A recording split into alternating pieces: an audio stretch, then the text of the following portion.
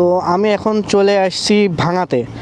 শঙ্কর পাশা এবং বাখুন্ডা বাজার থেকে আসলে শঙ্কর পাশা পর্যন্ত যা পরিস্থিতি আসলে একদম বলার একেবারে বাইরে বলতে গেলে। আর তো এই রকম যখন আপনি রাইড দিয়ে আসবেন, রাইড দেওয়ার পরে দেখবেন যে আপনার চাকার অবস্থা কীরকম। আসলে আমি যদি দেখাই, এই যে আমার চাকার অবস্থা বর্তমানে এই জায়গায় জায়গায় কানা হয়ে গেছে বলতে গেলে। আর একটানা রাইড করা হয়েছে তো এই কারণে চাকাগুলো অনেক গরম হয়ে যায়। তো গরম হওয়ার কারণে কি হয় যে এই পাথরগুলো ঢুকতে হয়তো বা ইজি হয়। এখানে অলরেডি আমার ঢুকছিল পাথরের আগে, এই জন্য এখানে গোজ মারা রয়েছে। আর অন্যান্য জায়গায় সেরকম দেখতে আসি না। তো আপনারা যদি কোনো জায়গায় এরকম লং ড্রাইভ দেন আর ভাঙাচোরা রাস্তা পান, তো এক জায়গায় দাঁড়িয়ে নেবেন, দাঁড়িয়ে চাকাগুলো চেক করবেন যে কোনো জায়গায় পাথর ঢুকছে কি। যদি পাথর ঢোকে তা পাথরটা বের করার ট্রাই করবেন।